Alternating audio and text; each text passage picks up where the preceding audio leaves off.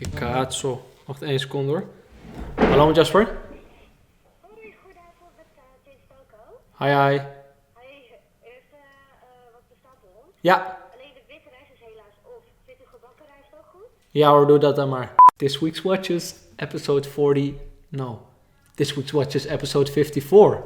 Jasper Dijvering from Amsterdam Vintage Watches.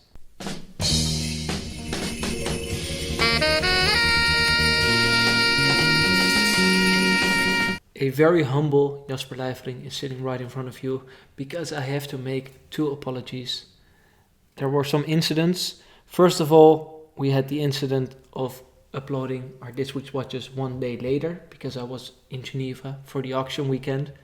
And second of all, on our last This Week's Watches, we forgot to talk about one watch, the Rolex GMT-1675-8, and I would love to tell you more about the watch. However, it's sold already. So last week we only featured 6 watches, including the watch on my wrist, but this week it's a 7 total.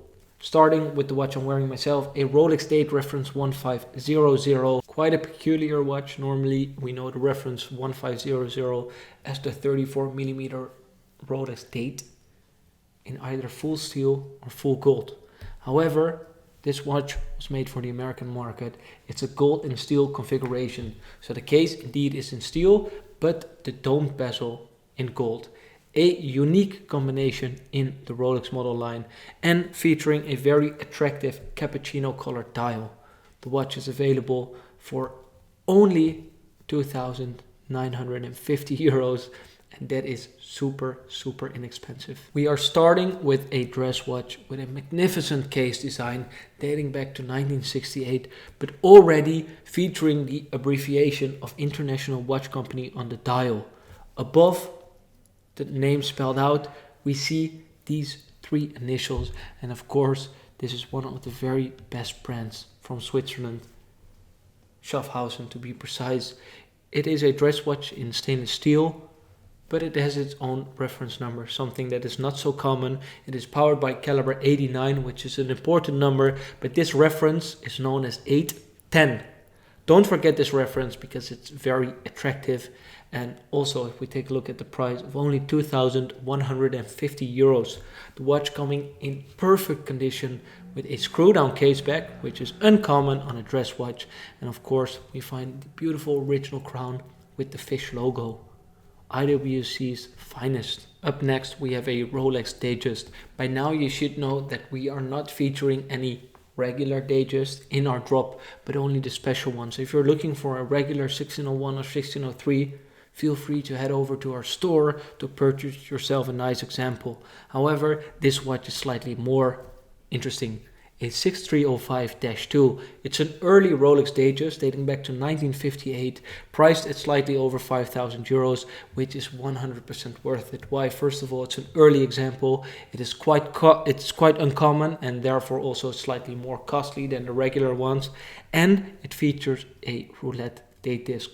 Also, the bezel decoration, it is something that we do not see often. After 1960, this specific decoration was discontinued. Furthermore, the bracelet is in perfect condition. It's a USA coffee bean bracelet, which is necessary since it has open end links, which we need because the Rolex doesn't have the pinholes in the lugs. 1958 early Rolex example, and we're happy to feature it in a condition that is this good. The silver dial is magnificent. So earlier on I mentioned the Rolex date 1500 that's on my wrist. It was made for the American market, but it's not the only watch in this week's drop that was made specifically for the American market. We do feature this beautiful Oyster Perpetual reference 1005-8. The -8 stands for full gold, and in this case it's 14 karat, as I just mentioned, made for the American market, with also the coffee bean bracelet, just like the 6305-2. However, this watch featuring a black glossy gilt dial. Isn't that outstanding? A real stunner, 34 millimeters in size and priced at 8,600 euros. Up next is a treat for the Heuer lovers. Heuer Altavia from 1960 to 446C. We have a third execution that is kept in a great condition. Take a look at the faded bezel. Something, of course, Rolex aficionados really enjoy. However, on Tudor, we do not see the same affection for this beautiful example. Therefore, also the price is relatively low at only 11,400 euros.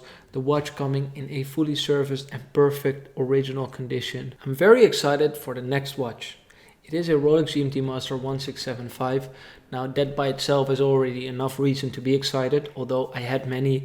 I had very few though in this configuration. What's so special about this piece? Well, it's the first batch with matte dials, dating back to 1967, but still having the small triangle. Many people think the small triangle was only intended for the glossy gilt dials, and when they switched to the matte dials, they used the bigger triangle. However, there was a small transitional period where they still used the small triangle on the MK1 matte dial, the long E of course.